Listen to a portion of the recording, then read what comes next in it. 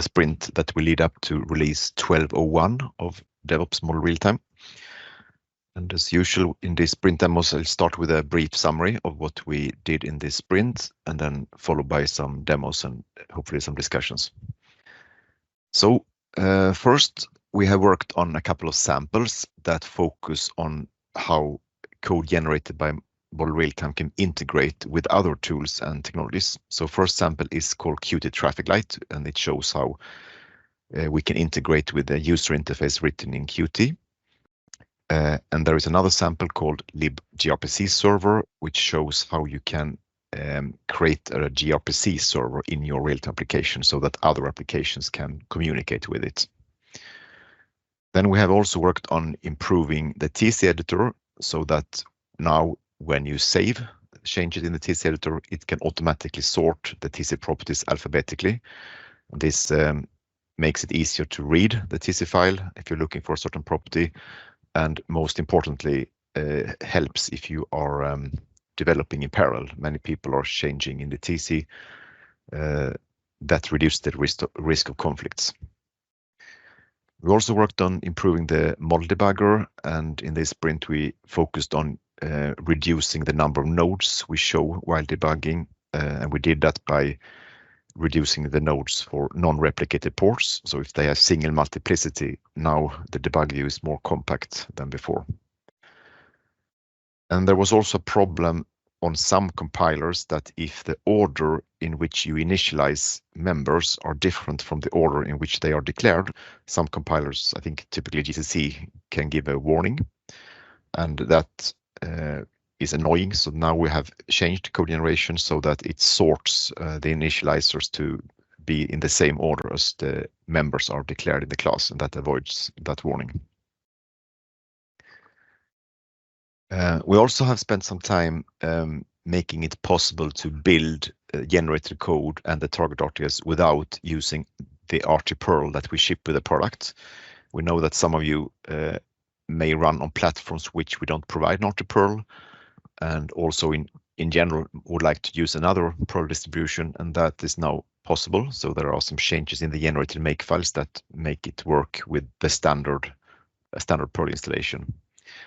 And also we have made it possible to configure the location of RT-Perl using a string substitution preference.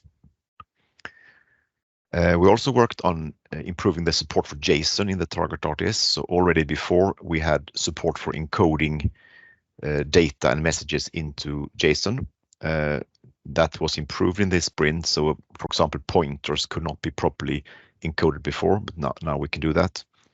And we also implemented a JSON decoder, which does the opposite. So it takes a string produced by the JSON encoder and creates the corresponding object in memory. And this means that now you can, if you like, replace the standard ASCII encoded code functionality with JSON, if you like. There is also a utility for parsing JSON for other purposes than decoding. So if you invoke some API that give you JSON, you can now parse it and traverse the parsed structure to understand it better.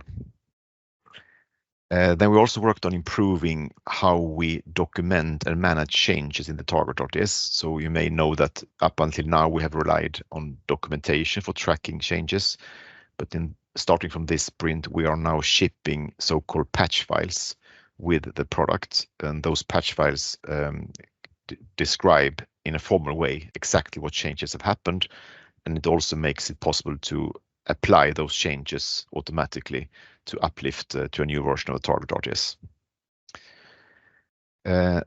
During this sprint, actually quite late in the sprint, there was a security vulnerability reported on a library that we depend on, or actually it's the TCP server library that depends on that library. That library is called Poco.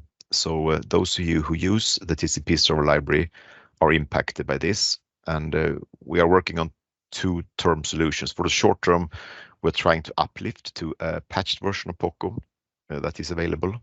But for the longer term, we aim at providing an alternative implementation that does not rely on Poco, so that you can avoid that dependency if you like to. So we'll probably come out with an newsletter about this when it's ready.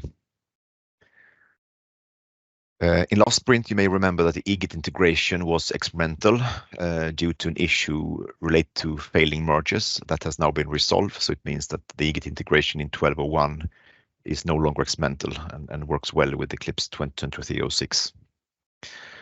And usually we don't advertise bug fixes, but there is an important bug fix in this release that I think probably some of you have encountered.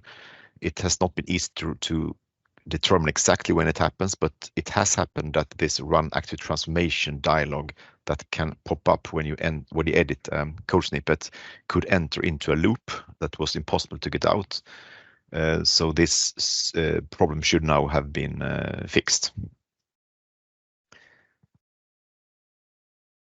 Looking at the deliveries, 12.0.1 is for Eclipse 2023.06, and the older versions for 11.3 and older, for them you see the recommended latest versions here on this slide.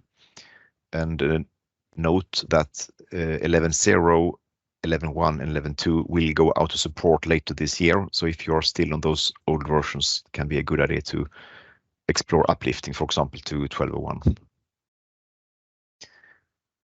And the experimental features in this release is only the textual support for state machines. And I can also mention that we are working here on replacing this feature with use of code RealTime, which already provides a textual syntax for state machines and other things.